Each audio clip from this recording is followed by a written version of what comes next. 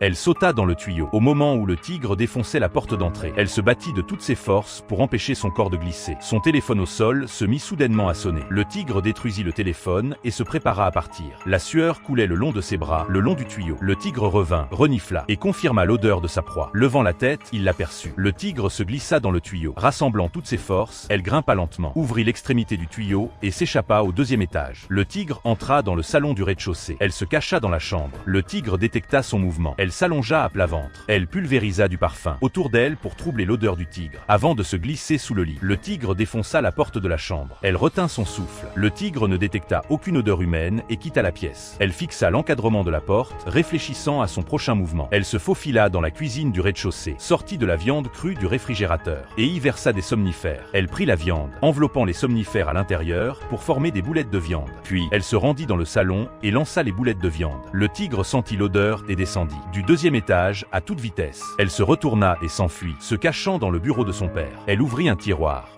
jusqu'à ce qu'elle trouve le revolver et 4 balles. Elle sortit silencieusement du bureau et attendit, près des boulettes de viande. Le tigre s'approcha et dévora les boulettes. Elle retint son souffle, attendant que le tigre passe avant de lever l'arme. Et appuyée sur la détente. Le tigre la repéra. Elle tira en courant. Elle se cacha dans l'entrepôt, puis abattit une étagère pour bloquer la porte. Elle attrapa un fer à repasser et fracassa les planches avec toute sa force. La pluie se déversa à l'intérieur. Elle se précipita hors de la fenêtre, avant que le tigre ne puisse l'atteindre. Le tigre était impuissant contre elle. Bravant les vents de force ouragan, elle se leva lentement et se dirigea vers le stand. Démarra la voiture et s'échappa de cette épreuve.